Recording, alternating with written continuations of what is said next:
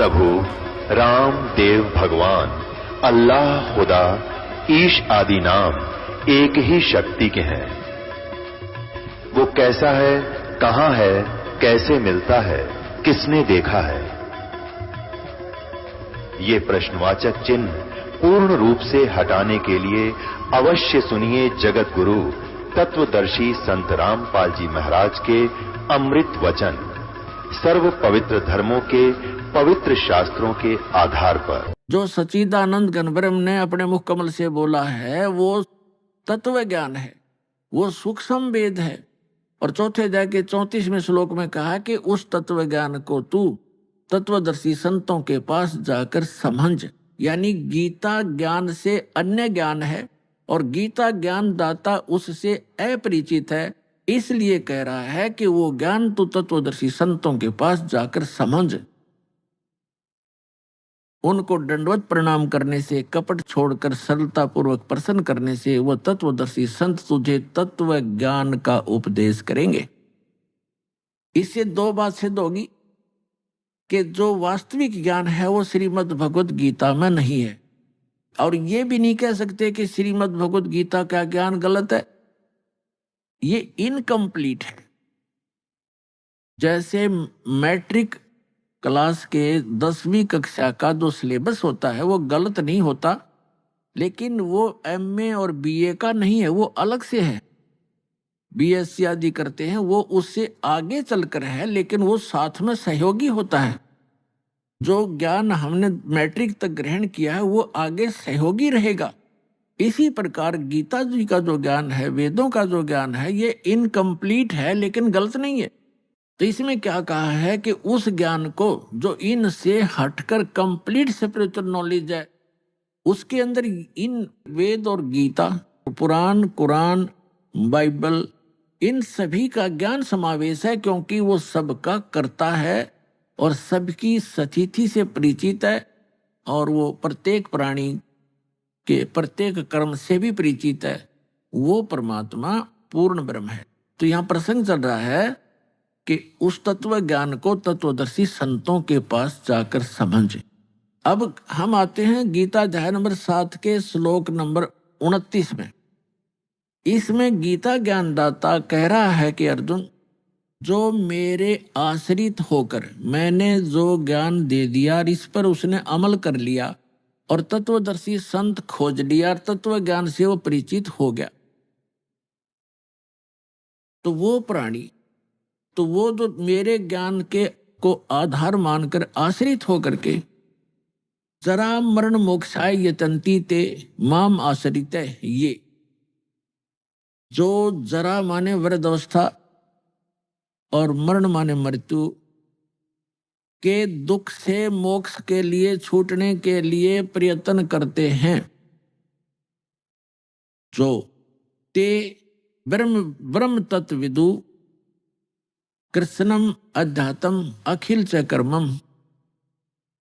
इसका अर्थ है कि जो व्यक्ति इस संसार की किसी भी वस्तु प्राप्त के लिए कोई साधना नहीं करते, जो केवल जरा और मरण के दुख से, बुढ़ापे और मृत्यु के दुख से छूटने का जो प्रयत्न कर रहे हैं, वे तत्ब्रह्म से परिचित हैं और सारे अध्यात्म ज्ञान से परिचित हैं और सभी कर्मों से परिचित हैं।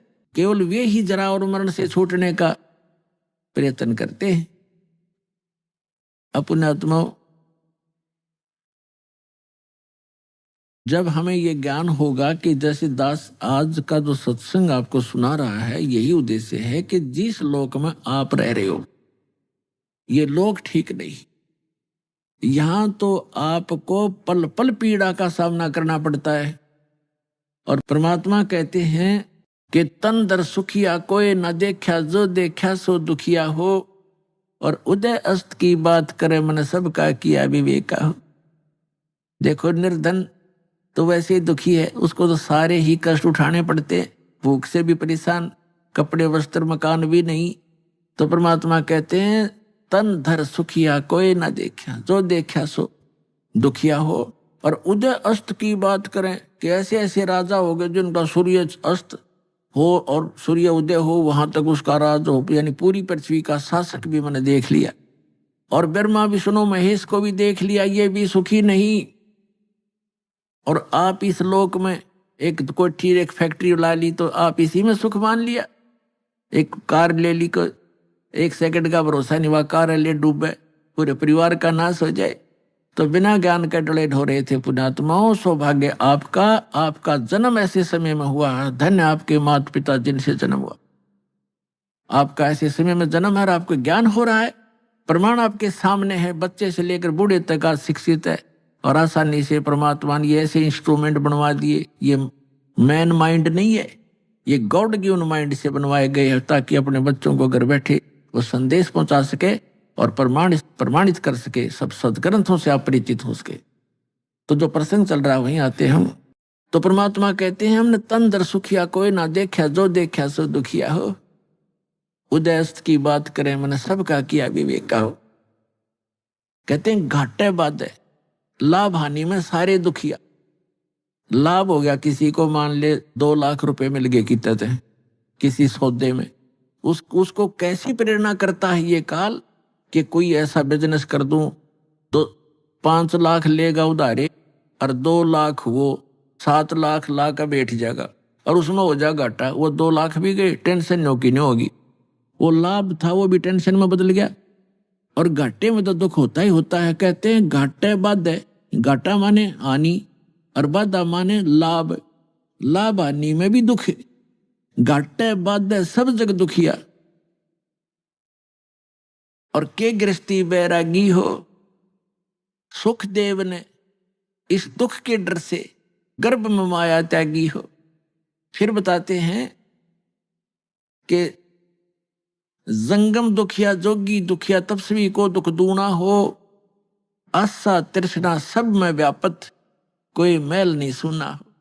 फिर परमात्मा कहते हैं कबीर परमेश्वर जी कि साच कहूं तो जग नहीं माने, पर भाई झूठ कही ना जाई हो। ये ब्रह्मा विष्णु शिव जी दुखिया जिन ये राह चलाई हो। पुण्यात्मा आज से 600 वर्ष पहले कोई ये कहे कि ब्रह्मा विष्णु महेश नासवान हैं, ब्रह्मा विष्णु महेश महादुखी हैं, तो सिर फुड़वाने वाली बात थी।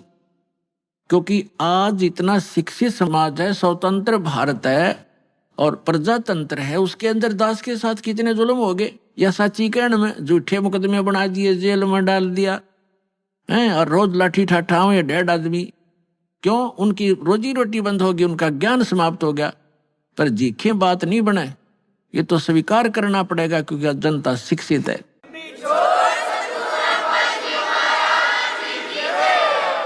600 वर्ष पहले ये बातें कहा करते परमात्मा के साथ, कैसे कहर तो लेते कबीर जी की। कभी आने वाले समय में आपको सुनाएंगे वो कहानी परमात्मा के साथ। परमात्मा ने हमें 600 वर्ष पहले ये जानकारी देना चाहा था, जो दास उन्हीं की दी हुई आज आपके रूबरू कर रहा हूं और सदग्रंथों से मेल कर रहा हूं कि सदग्रंथों में भी लिखा था और भगवान भी बताया करते थे। लेकिन ये अज्ञानी संत ऋषि महर्षि आचार्य और शंकराचार्यों ने हम तक ये ज्ञान आने नहीं दिया, विरोध करा दिया, हमें मूर्ख बना दिया और हमें हमारे सभी पूर्वजों को पशु बनवा दिया, भूत बनवा दिया और नरक बना दिया उनका जीवन। अब जैसे श्री देवी भागवत प्रथम स्कंद में सचित्र मोटा टाइप गीता प्रेस गोरखपुर से प्रकाशित के 28-29 पृष्ठ पे व्यास जी पूछ रहे हैं नारद जी से। नारद जी बता रहे हैं कि मेरे पिता ब्रह्मा जी ने देखा कि विष्णु जी हठ योग कर रहे थे, समाधि लगाए बैठे थे। ब्रह्मा जी ने पूछा विष्णु जी से कि आप तो सर्वेश्वर हो, आप तो सारी उत्पत्ति करता हो, सबके मालिक हो, आप किसकी भक्ति कर रहे हो?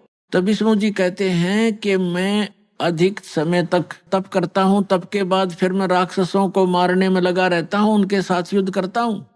कुछ थोड़ा बहुत समय मिलता है तो लक्ष्मी जी के साथ सुखपूर्वक समय बिता पाता हूं। और फिर कहते हैं मैं देवी की पूजा करता हूं, देवी की, दुर्गा की। और मेरे स्पिरिचुअल नॉलेज में, मेरे अध्यात्म ज्ञान में जितना मुझे ज्ञान है, इस देवी से ऊपर कोई भगवान नहीं। तो इससे ये सारा कंसेप्ट क्लियर हो गया। ना नारद जी ने ज्ञान, ना व्यास जी को ज्ञान, ना ब्रह्मा जी को ज्ञान और ना विष्णु जी को ज्ञान। और विष्णु जी कितने सुखी, कहते पहले तप करता हूं, बैटरी चार्ज करता है, सिद्धियां प्राप्त करके फिर राक्षसों से लड़ता, वो सिद्धियां भी समाप्त हो जाती हैं, फिर तप करना पड़ता है। और थोड़ा बहुत समय मिलता है तो थोड़ी बहुत देर लक्ष्मी के पास बैठ उठ लेता हूँ, नहीं तो फिर यही क्रिया में लगा रहता हूँ। तो खाक सुख है। और श्री कृष्ण उर्फ श्री रामचंद्र जी यहाँ आए थे पृथ्वी पर, उनका एक पल भी सुखी नहीं। बचपन से ही विवाह होते ही वनवास हुआ, सीता का अपहरण हुआ, रावण के साथ लट्ठम लट्ठा। आते ही सीता वापस ले आए, करोड़ों आदमी मरवा के। आते ही फिर घर से निकाल दी गर्भवती पत्नी, पति बच्चे कहीं, आप कहीं। वो जीव सुखी नहीं हो सकता चाहे कितनी बात बनावे। जिसका परिवार कहीं जंगल में पता नहीं वो मर रहा है या भूखा है या प्यासा है, और स्वयं से राजा के राष्ट्रपति बन जा। वो तो एक यहूदा के राजा थे, छोटे से टुकड़े के। उसके बाद श्री कृष्ण रूप में जन्मे। श्री कृष्ण का जीवन देख लो, कहां सुखी हुए। जेल में जन्म हुआ, मामा दुश्मन बन गया, कभी कहीं छुपाया उनको, कभी कहीं छुपाया। फिर कभी जरासिंह मारने आ रहा है, कभी कोई आ रहा है, कोई शिशुपाल दुखी कर रहा है। पर यहां से छोड़कर मथुरा को वहां एक द्वारका बनानी पड़ी। बहुत दूर जाके नालायक लोगों से टाइम पास किया, और लास्ट में पूरा परिवार कुल नाश हो गया उनका, पूरा यादव कुल उनकी आंखों के सामने कट के मर गए, लड़के। तो परमात्मा कहते हैं तुम बालक हो, इनकम्प्लीट स्पिरिचुअल नॉलेज यानी little knowledge is the dangerous thing. तो आपको नीम हकीम गुरु मिले और ये लिटल नॉलेज प्राप्त था, आप इसी में संतुष्ट थे, क्योंकि विद्यार्थी तो टीचर के ज्ञान पर विश्वास ही करता है। आपके टीचर गलत थे। तो परमात्मा कबीर जी कहा करते कि साच कहूं तो जग नहीं माने। और शंकर भगवान की देख लो, आप कितने सुखी थे। पार्वती राजा दक्ष के हवन कुंड में जल कर मरगी, उसके अस्थि पिंजर को उठाकर भगवान शिव जी 10,000 वर्ष तक कंधे से लगाया फिरता रहा, रोता रहा, बुरा हाल रहा। एक बार भस्मागिरी नाम का एक राक्षस दुष्ट भगवान शिव की भक्ति कर रहा था, उसी का दुश्मन बन गया और भस्म कड़ा मांग लिया उनसे, बस प्रतिज्ञाबद्ध वचनबद्ध करके प्रतिज्ञा करवा के, और फिर उसी उन्हीं का दुश्मन बन गया। भगवान भाग रहे हैं, राक्षस पीछे पीछे भाग रहा है। तो परमात्मा कहते हैं आप जी इतने रंग गए इस अज्ञान के रंग में कि ये बात सुनकर भी प्रसन्न रही हो, आपने ये सुननी पड़ेगी। जय कल्याण चाहते हो, ये सुननी पड़ेगी।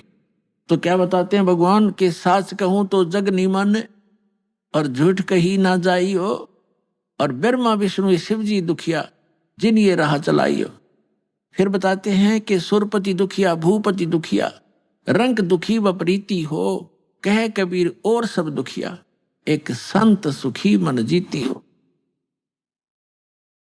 कहते हैं सुरपति, देखो निर्धन समझता है धनवान सुखी,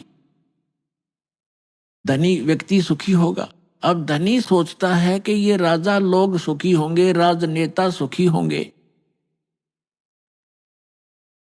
अब राजा लोग कहते हैं कि स्वर्ग में सुख होगा, यहां तो हम कति दुखी।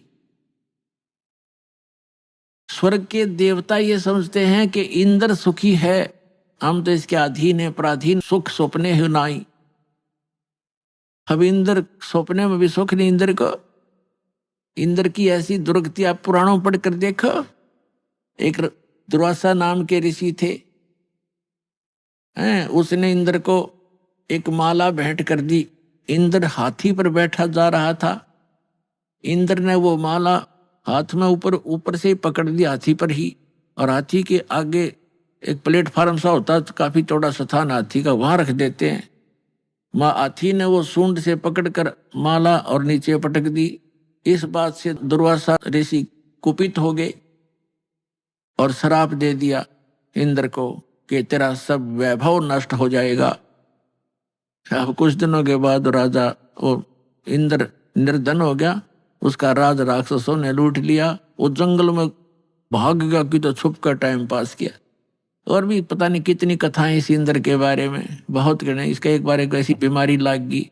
तो परमात्मा कहते हैं सुरपति दुखिया भूपति दुखिया, रंग दुखी बपरीती हो, कहे कबीर और सब दुखिया, एक संत सुखी मन जीती हो। संत सुखी मन जीतियो, तन दर सुखिया कोई न देखा, जो देखा सो दुखिया हो। उदय अस्त की बात करते हैं, मन सबका किया विवेका हो, सबका किया विवेका हो।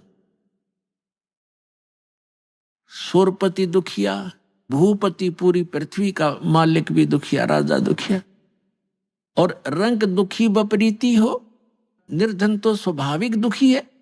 फिर परमात्मा कहते हैं, कह कबीर और सब दुखिया, संत सुखी मन जीती है। जिन्होंने अपने मन को जीत लिया, केवल वही सुखी हो सकता है, और कोई प्राणी इस पृथ्वी 21 ब्रह्मांड में सुखी नहीं। अब मन जीती कौन होगा? अब मन को जीतना कोई बालकों का खेल नहीं है। मन को कोई रोक भी नहीं सकता। गीता ज्ञान दाता ने अर्जुन से कहा कि मन को जीत के इंद्रियों को काबू करे। तब अर्जुन ने कहा कि हे भगवान, इस मन को जीतना तो बड़ा कठिन है। तो गीता ज्ञान दाता भी इसी बात पर कहता है कि इस मन को रोकना तो अर्जुन वायु को रोकने के समान है। तो यहाँ परमात्मा ने जो अध्यात्म, जो कंप्लीट स्पिरिचुअल नॉलेज है, संपूर्ण अध्यात्म ज्ञान है, जिसको तत्व ज्ञान कहा है, उस सूक्ष्म वेद में परमेश्वर ने बताया है कि इस मन को रोका नहीं जा सकता, इसकी दिशा बदली जाती है। और जिस स्पीड से ये बुराइयों में ग्रस्त है, जिस स्पीड से बुराई कर रहा है, धन जोड़न में कति समर्पित है, या शराब पीने में लगा हुआ है, या कोई और डाकू बन गया है, चोरी करने में स्पीड खींच रहा है, तो इसकी दिशा बदल दी जाती है इस तत्व ज्ञान से। अब आगे बताएंगे, आज के प्रसंग में यही होगा।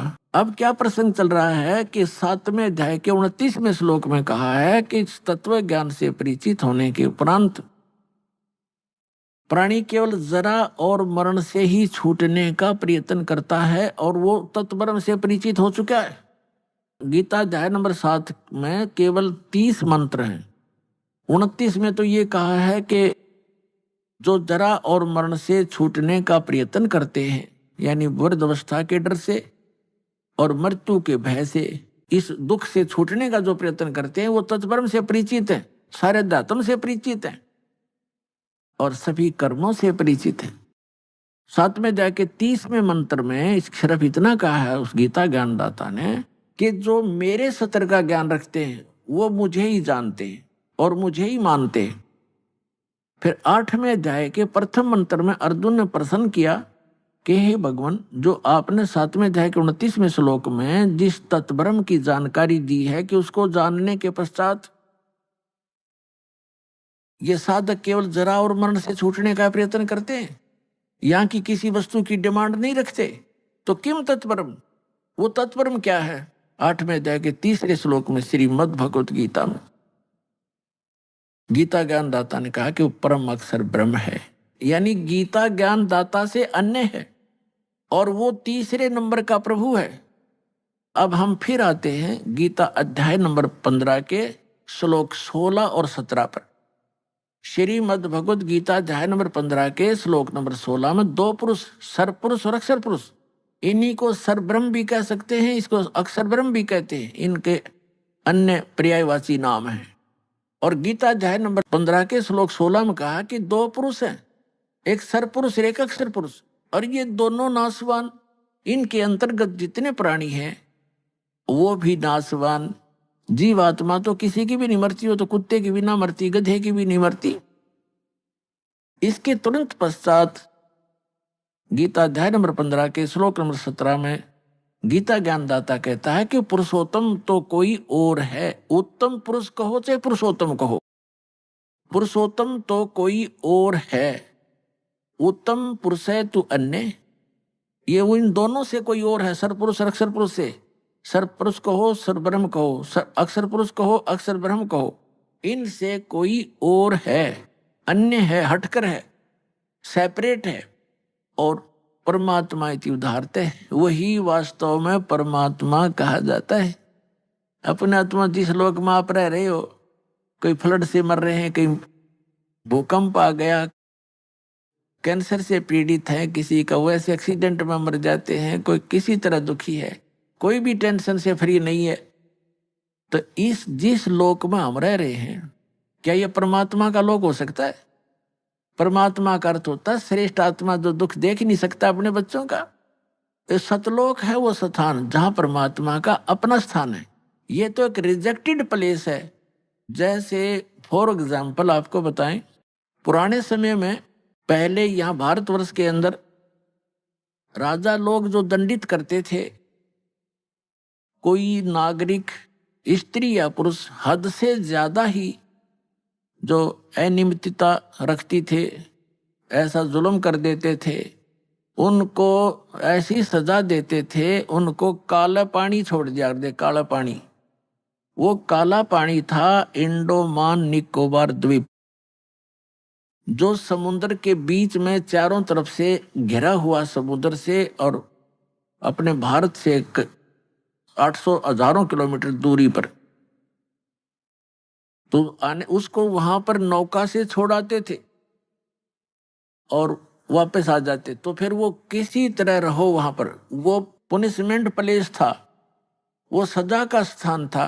वहां ना कोई मकान था उनके लिए, ना खाने की व्यवस्था थी, थोड़ा बहुत जैसा भी वहां घास फूस उनको मिलता था वहां खाओ, ना कोई न्याय था वहां। कोई किसी ने पीटो, कोई किसी को किसी तरह दुखी करो, तगड़े हो वो उनको पीठ छेद लें, जैसा जुल्म उनके साथ करो करते रहो। तो वो उसको काला पानी कहा करते, एक पुनिशमेंट प्लेस था, वहां सजा का स्थान था। तो जो सतलोक है वो स्थान सुख में है, और वहां से जो गलती हमने की, हम यहाँ पड़ गया कि इस काला पानी में। आप यहाँ देख रहे हो, हमने अपने आप व्यवस्था बनाई है, ब्याह की व्यवस्था करी, ना तड़ गदर मचा हुआ था।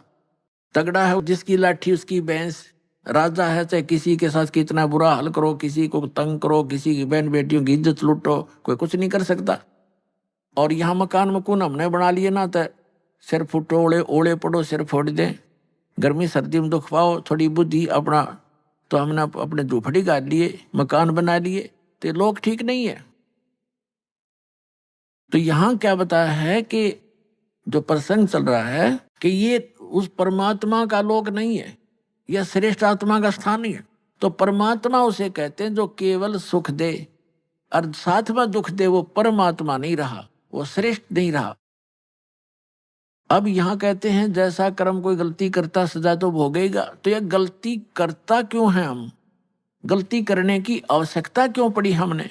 हमारा ये शरीर ऐसा है और साथ में एक बैड एलिमेंट ये मन हमारे साथ है जो सारी गलती करवाता है, और फिर सजा आत्मा पाती है। आत्मा परमात्मा का अंश है, ये मन जो है इस काल का एजेंट है। तो हमने इस एजेंट को अपने काबू करना है, इसको समझाना है इस ज्ञान के माध्यम से। जैसे प्रसंग है कि कह कबीर और सब दुखिया एक संत सुखी मन जीती हो।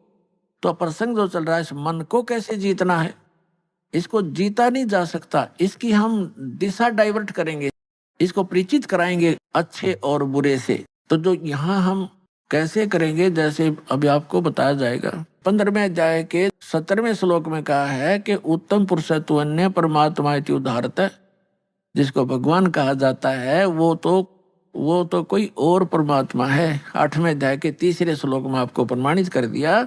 गीता ज्ञानदाता कहता है कि वो परम अक्षर ब्रह्म है। वो परम अक्षर ब्रह्म कहो, परम अक्षर पुरुष कहो, उसको हम सत्य पुरुष कहते हैं। परम अक्षर कहते हैं अविनाशी। 15वें अध्याय के 17वें श्लोक में श्रीमद् भगवद गीता में कहा कि उत्तम पुरुषत्व अन्य परमात्मा इति उदाहरते, ये लोग तरम आविश्य विवर्ती अवय ईश्वर है। अवय माने अविनाशी भगवान। तो परम अक्षर ब्रह्म का अर्थ होता है वास्तव में अविनाशी। हम उसे सत्य पुरुष कहते हैं संत लैंग्वेज में। परमात्मा ने जो ज्ञान बताया है वो उस पर अपनी ही महिमा आप ही बताई है कि वो सत्य पुरुष मैं हूँ। हम ही अलख अला हैं कुतुब गोस और पीर, गरीबदास खालिक धनी हमरा नाम कबीर। अपनी महिमा को बताने के लिए भगवान स्वयं ही आते हैं परमात्मा, और वो बार बार अपने आप को भगवान नहीं कहते, क्योंकि हमारी जो बुद्धि थी वो दूसरे रंग में रंगी हुई थी कि भगवान निराकार है, और यदि साकार है तो राम और श्री कृष्ण है, और नहीं बस। इसलिए भगवान ने अपना परिचय भी दिया। जब हमारी कुछ देखा कि इनमें कुछ कड़वापन आता है, इनको अभी स्वीकार नहीं कर पा रहे हैं, तो फिर अपने आप को छुपा कर कहते हैं कि वो परमात्मा सतलोक में रहता है, वो सत्य पुरुष है, वो सारी सृष्टि का रचनहार है, वहां जाने के बाद मृत्यु नहीं होती और वहां कोई प्राणी दुखी नहीं है, वहां वृद्ध अवस्था नहीं है और वहां पर मृत्यु नहीं होती, आपका परिवार होगा। तो इसलिए वो अपनी महिमा को बताने के लिए भी अपने आप को छुपा कर ही कह रहा है। अब जो प्रसंग चल रहा है कि इस लोक में कोई प्राणी सुखी नहीं है और केवल एक मन को जीतने वाला ही सुखी हो सकता है। अब मन को जीतना कैसे है, तो उसके लिए आपको आज का जो सत्संग दास सुनाना चाहा था, अब प्रारंभ कर पाऊंगा। अभी तक तो इसकी भूमिका बनी है। आज का सत्संग है कि तीन प्रभुता मान्या करते, श्री ब्रह्मा रजगुण, श्री विष्णु सतगुण और श्री शिव जी तमगुण। हम केवल इन्हीं को मानते थे और भूल भटक कर कोई एक आधा कहता था कि कोई ब्रह्म है। ब्रह्म, इससे आगे ज्ञान देने वाला इस पृथ्वी पर नहीं हमने पाया, केवल परमात्मा या परमात्मा से परिचित उन महापुरुषों को छोड़कर। उनकी अमर वाणी में यह प्रमाण पहले ही था, उसको हम समझ नहीं सके, बेशक पढ़ते रहे। और फिर तीन पुरुष, इनसे हटकर वास्तव में तीन पुरुष कौन है? सरपुरुष 21 ब्रह्मांड का स्वामी, जिसको ब्रह्म काल कहते हैं, ज्योति निरंजन भी कहते हैं। और दूसरा अक्षर पुरुष, जिसको अक्षर ब्रह्म भी कहते हैं, जो 7 शंख ब्रह्मांड का स्वामी है। 7 शंख, नील, पद्म, शंख, ये गणित की रीति से समझा जा सकता है। और तीसरा जो परम अक्षर ब्रह्म है, गीता अध्याय नंबर 8 के श्लोक नंबर 3 वाला, गीता अध्याय नंबर 15 के श्लोक नंबर 17 वाला, वो असंख्य ब्रह्मांड का स्वामी, असंख्य यानी इंक्लूडिंग सरपुरुष एंड अक्षर पुरुष, इन सब के ऊपर जिसकी प्रभुता है उसको वासुदेव कहते। वासुदेव माने सबके ऊपर जिसकी प्रभुता है वो वासुदेव है। वेदों में वासुदेव जो शब्द है वो पूर्ण परमात्मा के लिए है। और हमारे ऋषि महर्षि हमारे बच्चों के नाम वेदों के आधार से ही रखा करते थे। लेकिन जैसे आज कोई रामचंद्र नाम रखे हुए अपने बच्चे का, अच्छी बात है, रामचंद्र एक अच्छा नाम है, लेकिन वो रामचंद्र थोड़ा ही हो सकता, उसका बच्चा जो दशरथ का पुत्र था। तो शुभ नामों से हम अपना नाम अपने बच्चों का रखते रहे।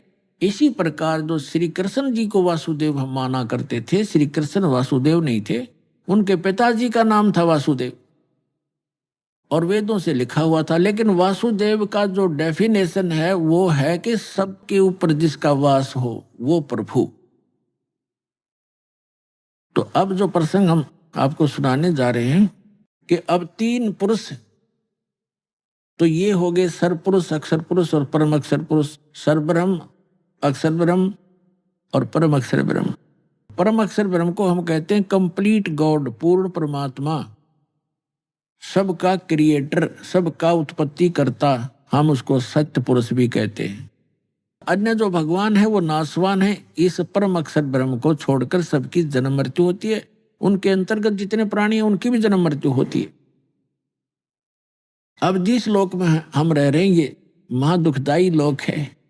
यहाँ जन्म मृत्यु सदा बनी रहेगी और पुण्य से अच्छे पोस्ट प्राप्त हो जाएंगे, पाप से पशु पक्षी बन जाओगे और 84 लाख जन्म मरण का ये चक्र सदा बना रहेगा। जब तक हम उस परम अक्षर ब्रह्म की भक्ति, उनके द्वारा बताए गए कंप्लीट स्पिरिचुअल नॉलेज, संपूर्ण अध्यात्म ज्ञान, तत्व ज्ञान के आधार से नहीं करेंगे, तो उसके लिए क्या बताया है? मन तू चल रे सुख के सागर, जहाँ शब्द सिंधु रत्नागर। मन तू चल रे सुख के सागर, जहाँ शब्द सिंधु रत्नागर। आपको सबसे पहले सुख सागर की डेफिनेशन बताते हैं, परिभाषा बताते हैं। सुख सागर किसे कहते? शंखों लहर मेर की उपजे, कहर नहीं जा कोई। दास गरीब अचल अविनाशी, सुख का सागर सोई, शंखों लहर मेहर की उपजे, कहर नहीं जा कोई, दास गरीब अचल अविनाशी, सुख का सागर सोई।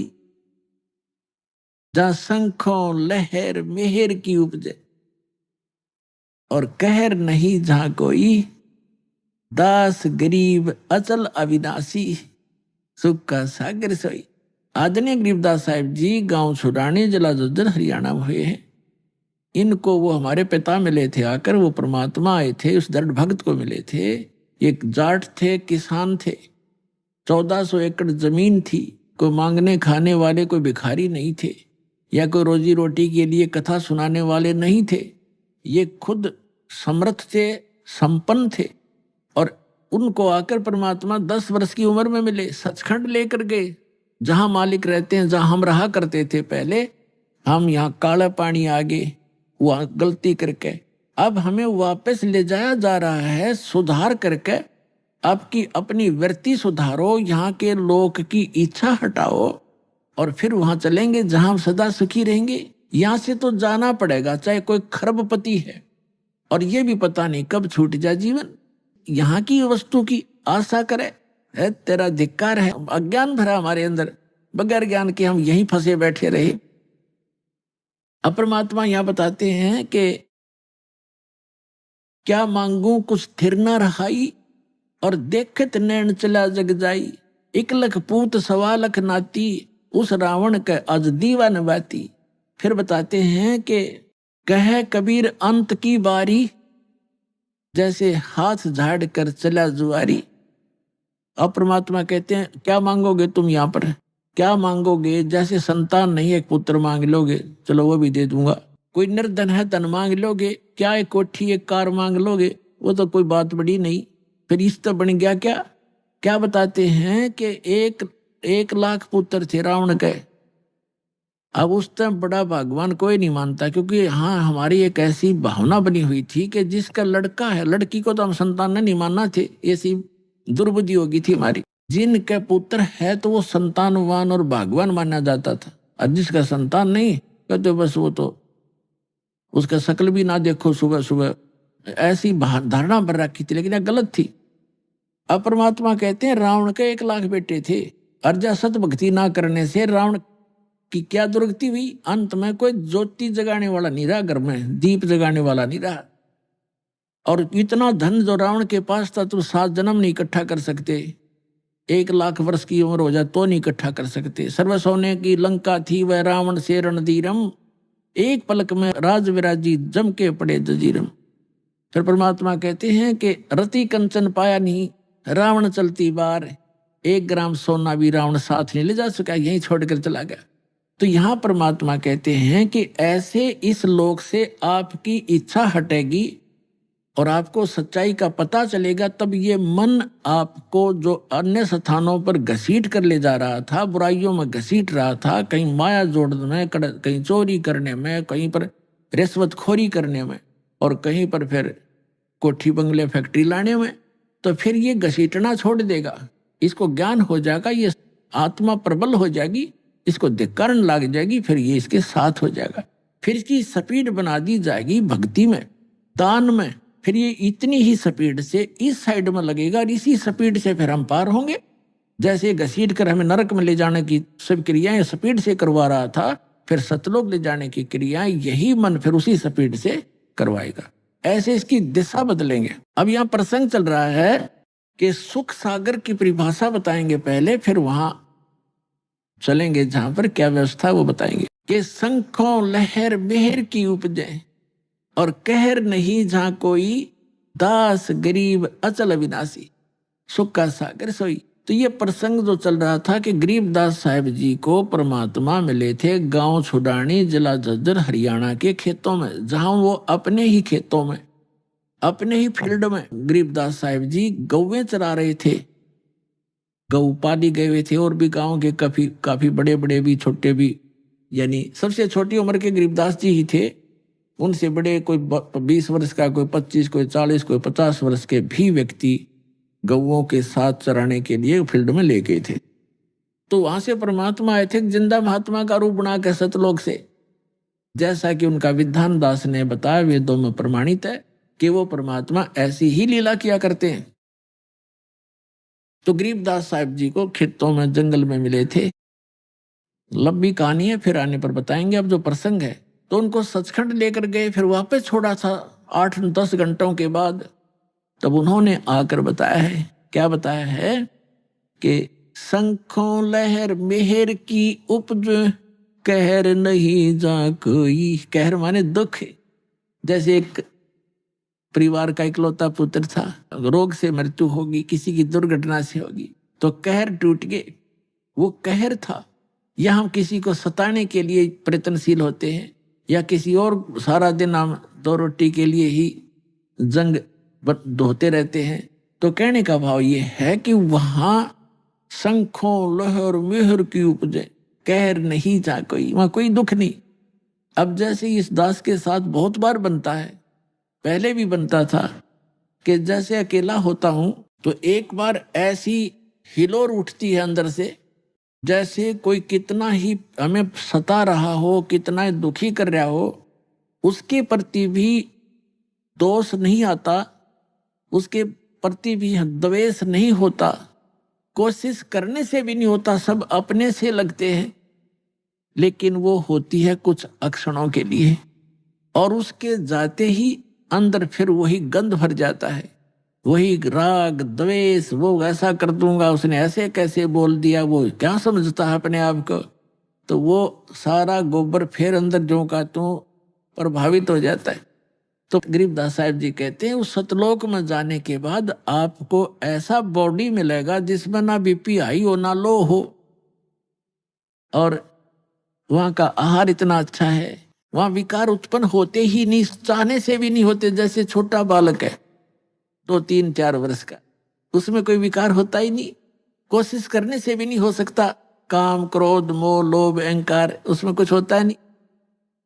अभी माता पिता या कोई भाई उसको धमका देता है, एक 2 थप्पड़ भी लगा देता है, 2 मिनट के बाद फिर सीने से लग जाता है पे आकर के। तो उसमें वो द्वेष ही नहीं, किसी ने मुझे मारा मैं इस तो बात नहीं करूं, या अन्य कोई विकार नहीं। तो इस प्रकार वहां आपको ऐसी बॉडी मिलेगी जिसमें आप में कोई विकार नहीं आएगा, और आपका पूरा परिवार होगा। तो वहां कोई गलती कराने वाला अन्य एलिमेंट नहीं होगा, तो वहां हम सुखी हो सकते हैं। तो क्या बताते हैं, मन तू चल रे सुख के सागर, जहां शब्द सिंधु रत्नागर। अब सुख सागर कहा सतलोक को। अब जैसे समुद्री जहाज में बैठकर कोई जाता है और वो निकल जाता है 200 किलोमीटर समुद्र में, उसके बाद उसको समुद्र में जल के अतिरिक्त और कुछ दिखाई नहीं देता उस जहाज से न्यारा। उस जहाज से अलग जो वस्तु है केवल वाटर है, और जहां तक नजर जाती है कई दिनों तक चलते रहते हैं। तो कहने का भाव ये है कि सतलोक में वो सुख ऐसे भरा पड़ा है जैसे दूसरी वस्तु नहीं, समुद्र के बीच में जाने के बाद आपको दृष्टिगोचर नहीं होती। तो ठीक इसी प्रकार सतलोक में जाने के बाद वो सुख सागर इसलिए कहा है कि वहां कोई दुख नाम की वस्तु नहीं है। तो इसलिए ऐसे स्थान को हमारा विश्वास ना होता कि सचमुच कोई स्थान ऐसा है, क्योंकि हमने सुना नहीं कभी। अब जैसे कोई गांव में रह रहा है, गांव के बाहर अरे एक झोंपड़ी डाले बैठा है, आसपास के उसके पशु सूअर आदि फिरते रहते हैं, और उसको कोई ये कहे कि तुझे चंडीगढ़ के अंदर एक प्लाट दिलाता हूं, चल तेरे ये नाम फार्म भरवा दूंगा, ऐसी कोई स्कीम है। यदि उसको विश्वास हो तुरंत कहेगा भरवाओ जी, अभी भरवाओ, और फटाफट वहां जा बैठेगा झोपड़ी छोड़ के। तो अब जब हमें वो विश्वास होगा कि वहां ऐसा स्थान है, तो फिर हम इस झोपड़ी न छोड़ांगे, चाहे यहाँ 6 मंजिल की कोठी हो, उस स्थान के सुख के बराबर। या वह झोपड़ी है जो बाहर जहाँ सूअर घूमते रहते हैं, लेकिन हमने अब यही उत्तम है, कोई विकल्प नहीं। और ये झोपड़ी जो है कितनी बड़ी कोठी है, कल मृत्यु हो जाएगी, सत साधना नहीं की तो कुछ दिनों के बाद वहीं गधा बनकर कुत्ता बनकर कुट्ठी के बाहर ही घूम रहा होगा, उसमें प्रवेश करने के लिए उसको अलाउड नहीं होगा। तो ये दुख दिखेंगे आपको, तब आपका मन हटेगा, तब ये मन जीता जाएगा, मन जीती हो जाओगे, आप यहाँ की बकवादों को नहीं चाहोगे। अब इस ज्ञान के माध्यम से आपको पता चलेगा, यदि आज हम किसी का धन चोरी करते हैं, रिश्वत लेते हैं, तो आगे आपको आने वाले जन्मों में उसका प्रतिफल देना पड़ेगा। कोई भैंस बनकर देगा, कोई कुत्ता गधा बैल बनकर, कुत्ता रखवाली करेगा, बैल बनकर उसके खेतों में जुतेगा, कोई भैंस बनकर, गाय बनकर, वो वापस करने पड़ेंगे, कोई गधा बनकर, कोई ऊंट बनकर, घोड़ा बनकर। तो क्यों पंगे में पा दें हम? और किस लिए करते हैं लूट खसोट, किस लिए करते हैं माया जोड़ी, रिश्वतखोरी, डाके? हम किस लिए करते हैं? हमने अपनी परंपराएं बिगाड़ ली। मनुष्य जीवन मिला था केवल भक्ति करने के लिए, और मनुष्य जीवन का मूल काम हम भूल गए। हम यहाँ की परंपराओं को बनाकर इसमें अपनी शान शौकत समझने लग गए। किसी के पास धन हो गया और उसने लड़की का विवाह करने लगा, तो उसने लड़की के विवाह में कि उसके पास पैसा है, तो कहीं से भी प्राप्त है, पूर्व संस्कार से है या 2 नंबर से किया है, तो उसने लड़की के विवाह में सारे फंड कर दिए, डीजे बजाना, फलाना करना, इतने व्यक्ति बुलाने हैं, ऐसा धन देना है, इतना दान दे दिया, कुछ कार दे दी हैं। अब उसने तो दे दी, उसने तो बकवाद कर दी क्योंकि पैसा है। अब गरीब आदमी की लड़की का जब विवाह होता है तो आत्मा तो उसकी भी रोती है। तो पिता भी समझता है कि आज पड़ोस में एक लड़की का विवाह हुआ है, उसको ऐसा वैसा दिया गया है, इतने उसको कपड़े दिए हैं, इतने गहने दिए। तो वो गरीब व्यक्ति अपनी बेटी के मुंह की तरफ देखता है, कहीं इसके मन में ठेस ना पहुंचे बेटी को। तो जितना उसका सामर्थ्य होता है उससे ज्यादा कर्जा वर्जा करके अपनी बेटी को कोशिश करता है वो आइटम पूरे करने की, लेकिन फिर भी उतना नहीं कर पाएगा और नुकसान और कर्जवान भी हो जाएगा। तो ये जो बकवाद हमने शुरू कर रखी है ये खत्म करनी पड़ेंगी। अब विवाह तो परमात्मा ने कर रखा है, बच्चा और बच्ची का जो संस्कार उसका पहले ही बना रखा है। बाद में तो हम बेमतलब का ड्रामा और अपनी बकवाद दिखाते, लोग दिखावा करते। हमने बच्चों का विवाह कति सिंपल वे से करना चाहिए। अब जैसे हम बकवाद करी, एक ने बड़े धूमधाम से लड़के का विवाह था, डीजे बजवाया, सारे सांग करवाए हैं, खूब ठाठ से बड़े गहने गाने बनवा कर रख कर तैयार करके, और विवाह के लिए जा रहे थे।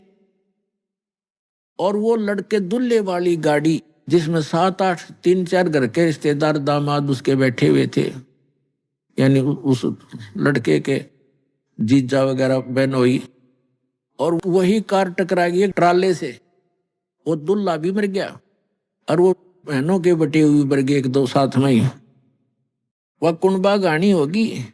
पहले दिन तो नाचे कूदे थे, ठाठ बांध रहे थे, और अगले दिन टक्कर मार कर हो रहा सारा परिवार, चाट ले डीजे ने और बजा ले बाजे भी।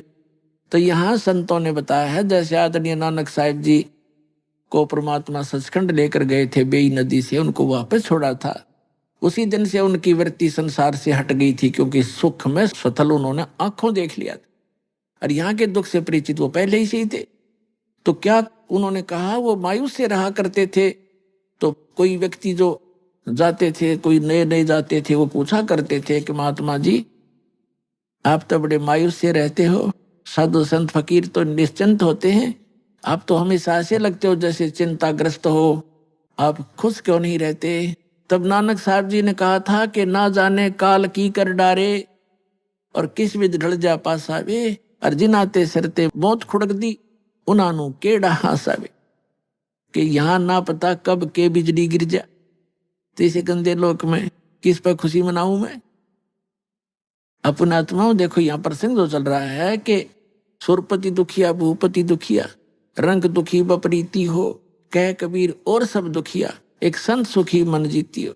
तो दूसरा पहलू बताते हैं, जैसे नानक साहिब जी से किसी ने कहा कि आप क्या सब समय में ऐसा ही रहते हो, क्या आप कभी खुश नहीं होते? कहते खुश होता हूं, मुझे जो ज्ञान प्राप्त हुआ है, मुझे जो भगवान प्राप्त हुआ है, और जो विधि मुझे मिली है, और मैं सत्संग सुनाता हूँ। जो सत्संग सुनने के लिए साधु संत यानी भक्त आते हैं, ये जब आते हैं तो मैं खुश होता हूँ, और जब ये चले जाते हैं यहाँ से मेरे पास से तो मैं दुखी होता हूँ।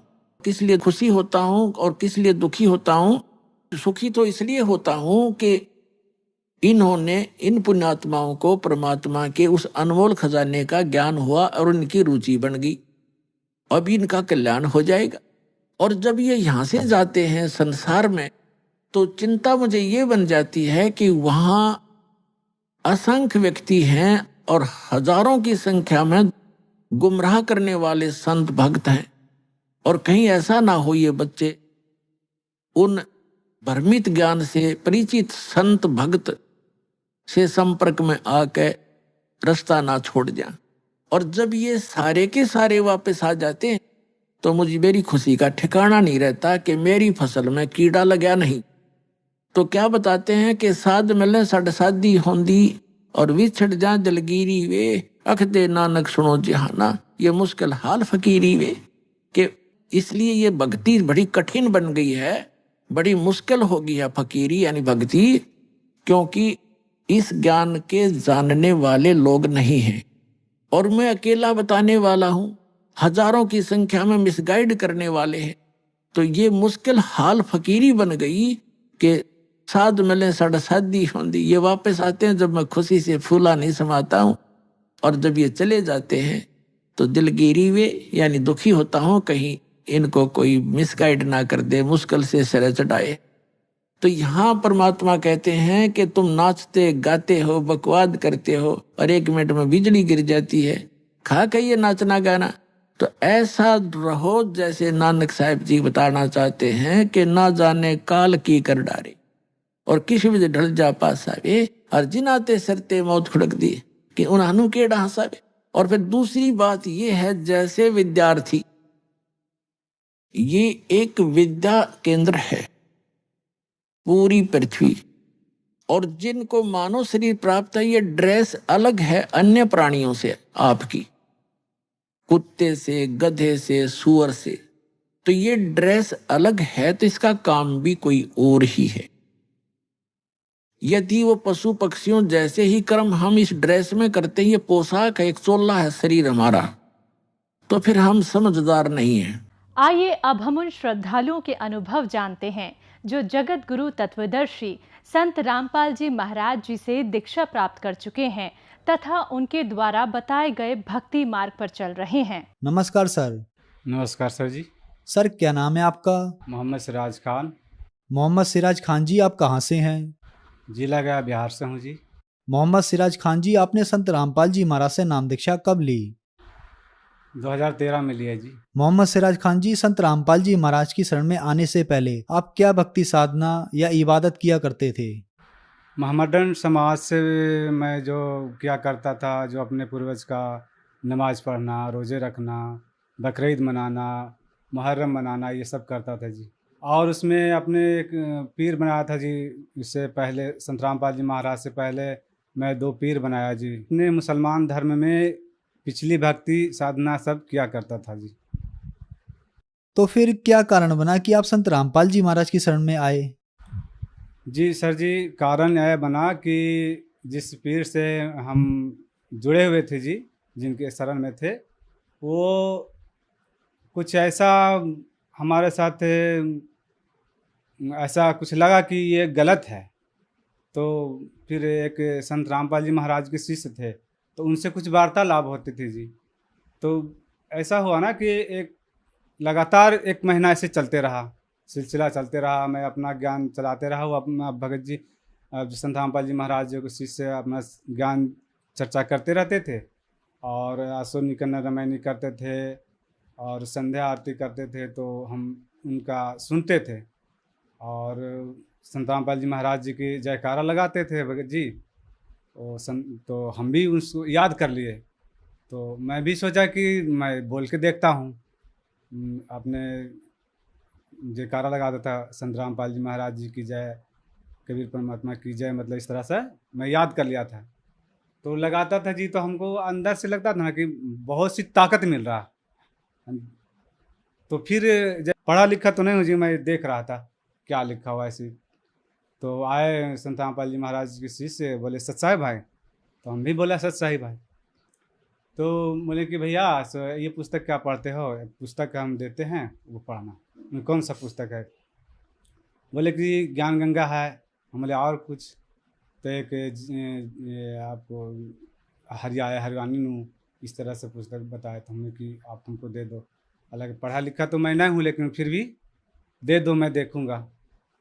उसके बाद घर लेके आया, शाम में घर लेके आया। बोले देने समय संत रामपाल जी महाराज जी के शिष्य बताए कि भैया ये पुस्तक मत समझना, ये आपके अल्लाह जा रहे हैं साथ में। तो हमें पूरा विश्वास हो गया भगत जी उस समय, जो कह रहे हैं एकदम सही बता रहे हैं, मतलब ऐसा हमको फील हो रहा था। तो घर लेके आए, तो पढ़ा लिखा तो नहीं था जी, लेकिन थोड़ा सा ऐसी देख रहा था।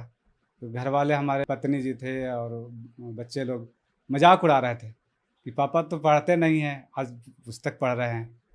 तो हम बोला ठीक है कोई बात नहीं, हम ऐसा हमको लग रहा हम देख रहे हैं।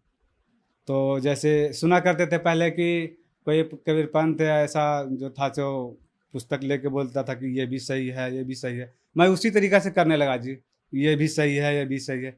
और इसी करते करते हमें पढ़ना आ गया जी। फिर धीरे धीरे पढ़ने लगा। तो सबसे पहले पढ़ा सृष्टि रचना जी। तो सृष्टि रचना पढ़ने के बाद तो हमको लगता कि अरे तो ऐसा इतना अच्छा ज्ञान कहाँ था, मतलब अंदर से आत्मा हमको रोने लगा उस समय पढ़ते समय में। तो हम बोले पत्नी को, बोले कि अब तो हम जाएंगे उनके शरण में, अब थोड़ा देख लेते हैं और कुछ। तो 1 महीना बीता जी। नहीं जी, उससे पहले हमारे बच्चा का तबीयत ख़राब हो गया था। बम्बई में रहता था, सिलाई का काम करता था, तो बम्बई में रहता था। उससे पहले 1-2 दिन के बाद जो पुस्तक लाए, 1-2 दिन के बाद ही उनका तबीयत ख़राब हो गया हमारे बच्चा को।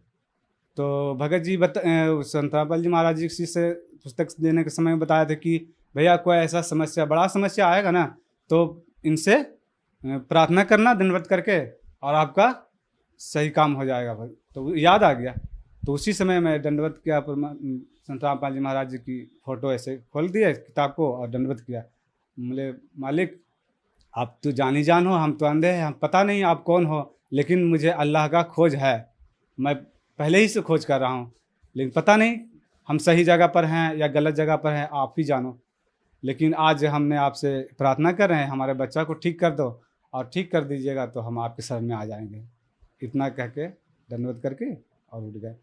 भगत जी 10 मिनट के बाद रिजल्ट ऐसा आया, मैं हैरत रह गया कि वहाँ से बोले भैया आपका बेटा तो एकदम ठीक हो गया। बोले ऐसे कैसे? वो सोचा ना कि जो पीर का, जो पहले जिस पीर का दामन में था, उससे कुछ बोला था। वो बोला कि आप बोले थे क्या भैया? हम बोले कि नहीं ऐसा कुछ हम नहीं बोले। हम मन ही मन में अपना बोले कि हम एक ऐसी घर बैठे एक पुस्तक था, उनमें संत रामपाल जी महाराज जी के फ़ोटो लगा हुआ था, उससे हम ऐसी प्रार्थना किए थे। तो फिर बोलने में मतलब वो दूसरा फील समझा, क्योंकि वो पहले गुरु भाई था। तो हम जब बोले ना तो उसको चोट सा जैसा लगा, फिर चुप हो गया। तो फिर हमें तो विश्वास हो गया कि अब तुम्हारे परमात्मा, हमारे अल्लाह तो यही है, जो कि 10 मिनट के अंदर ऐसा रिजल्ट आ गया जी। उस समय हम ठान लिए कि अब हम संत रामपाल जी महाराज के शरण में जाएंगे ही जाएंगे, चाहे दुनिया कुछ भी कह दे। तो घर में बहुत सा मुर्गी वगैरह रहता था, मतलब नफरत सा जैसा होने लगा। और उसके बाद वो जो संत रामपाल जी महाराज जी के शिष्य थे, उनसे हम चिप में अपना मेमोरी में डलवा लिए थे कि भैया से कुछ हमको डाल दो, हम सुनेंगे। तो वो सत्संग डाल दिए। वहाँ संत रामपाल जी महाराज जी के बरवाला आश्रम में ले गए। संत रामपाल जी महाराज से नाम दीक्षा लिए। मोहम्मद सिराज खान जी, संत रामपाल जी महाराज से नाम दीक्षा लेने के बाद आपको क्या लाभ मिले? भगत जी लाभ तो बहुत सारे मिले हैं संत रामपाल जी महाराज जी की दया से, लेकिन मोटा मोटा सा लाभ बताता हूँ मैं। सबसे पहले लाभ तो भगत जी आपको पहले बताया कि हमारे बच्चे का बीमारी ठीक हो गया। उसके बाद हमारी पत्नी को बवासीर का बीमारी था, वो भी परमात्मा की दया से, संत रामपाल जी महाराज जी की दया से ठीक हो गया जी। और एक लाभ और हुआ भगत जी, हमारी पत्नी जी रेलवे लाइन में गुस्सा के मारे कटने चली गई थी भगत जी। संत रामपाल जी महाराज जी की हमने नाम दीक्षा ले ली थी। उसके बाद तो हम संत रामपाल जी महाराज जी के घर में दंडवत प्रणाम स्थान था, उस जगह दंडवत किए और बोले कि मालिक अब इस दास का इज्जत आपके हाथ में है, हमारे छोटे छोटे से बच्चे हैं, अगर कुछ हो जाता है तो दास का इज्जत का तो ये नहीं रहेगा, अब आप ही जानो कैसे होगा। अब इतना बोल करके हम दंडवत करके बैठ गए। फिर देखें, सोचे कि देख लेते हैं फिर एक बार, पता नहीं किधर चली गए। तो आप इधर निकले आगे तो देख रहे हैं कि चली आ रही है, और आते के साथ बहुत से आके घबरा के रोने लगी। मुझे रोती हैं क्यों? तो माफ़ी मांगने लगी पत्नी। बोले हमसे माफ़ी क्यों मांग रहे हो, परमात्मा से माफ़ी मांगो। हम तो परमात्मा से अर्जी लगाए थे। हमारी पत्नी का जीवन दान दिए परमात्मा संत रामपाल जी महाराज। उसके बाद जी हमारे महल्ले एक बेटा है, वो प्रणाम स्थल के नीचे ही वो सोता था जी रात में, और एक चौकी था बगल में जी आगे, उस पर हमारे बड़े बच्चे सोते थे और बच्चे सोते थे। और नीचे जो चौकी के नीचे जो होता है ना, एक सांप ऐसे बैठ करके और ऐसे करके गुरुजी के सामने का फोटो और दम तोड़ दिया जी। हमारे बच्चे ऐसे लेटे हुए थे सामने रात में। फिर क्या हुआ कि रात में आवाज़ मिलता था, लेकिन पता नहीं, हमको लगता कि बाहर में बोलता होगा। फिर हमारी बच्ची जी, छोटी सी बच्ची है, वो झाड़ू देने के लिए गए तो देखा कि अरे ये तो क्या है, तो निकाला तो देख रहे हैं कि इसी सांप ऐसे बैठा हुआ है और ऐसे फंद मार के दम तोड़ दिया भगत जी। फिर उसके बाद फिर एक लाभ और भगत जी संत रामपाल जी महाराज जी की दया से हुई कि हमारे बड़े वाले बच्चा को पथरी का शिकायत हो गया थी जी, वो परमात्मा की दया से वो भी ठीक हो गया जी। सर जी ये है डॉक्टर का, ये रिपोर्ट है अल्ट्रासाउंड का। उन्होंने अल्ट्रासाउंड में बता दिया जी कि ये 2 पथरी हो गया है जी। ऑपरेशन बोला था, लेकिन संत रामपाल जी महाराज जी की आश्रम पर प्रार्थना लगाने से परमात्मा संत रामपाल जी महाराज की दया से हमारे बच्चे का पथरी का ऑपरेशन नहीं कराना पड़ा और अपने आप ठीक हो गया जी। मोहम्मद सिराज खान जी, क्या आप कोई नशा भी करते थे? जी मैं नशा बहुत करता था जी। काम करके आते थे जी, ताड़े पीना, कभी दारू भी पी लेना अपने साथी संगत के साथ, गांजा भांग बीड़ी सिगरेट सब नशा करते थे जी। संत रामपाल जी महाराज जी की दया से जब नाम दीक्षा लिए जी तो सारे नशा छूट गए जी, सारे हमारे कष्ट दूर हो गए जी। और हमारे परमात्मा संत रामपाल जी महाराज की दया से आज यहाँ एक कट्ठा ज़मीन भी परमात्मा की दया से हो गई जी, संत रामपाल जी महाराज की दया से जी। मोहम्मद सिराज खान जी, आपने संत रामपाल जी महाराज से नाम दीक्षा ली और आप मुस्लिम समाज से हैं, तो क्या संत रामपाल जी महाराज से नाम दीक्षा लेने के बाद आप हिंदू बन गए? जी हमारे संत रामपाल जी महाराज हिंदू नहीं बनाते जी। हमारे संत रामपाल जी महाराज जो धर्म में है, मुस्लिम है तो मुस्लिम रहो जी, लेकिन अपने ग्रंथों को देखो और ग्रंथ में जो भक्ति विधि है वो करो, ये हमारे संत रामपाल जी महाराज बताते हैं। हिंदू धर्म का ग्रंथ है तो हिंदू को बताते हैं कि अपने ग्रंथों से तुलना कर लो, ग्रंथ क्या बताती है वो भक्ति करो। हमारे संत रामपाल जी महाराज जी यही बताते हैं जी। संत रामपाल जी महाराज से नाम दीक्षा कैसे ले सकते हैं? जी संत रामपाल जी महाराज जी की दीक्षा लेने के लिए हम एक चैनल टीवी पर आते हैं, उनका प्रोग्राम आते हैं, उसमें पीली पट्टी पर नंबर चलते हैं, उसे पीली पट्टी पर नंबर लेकर के अपना किसी नज़दीक सेंटर से संपर्क करें और अपना नाम दीक्षा ले, जीवन कल्याण करें। धन्यवाद सर। धन्यवाद जी।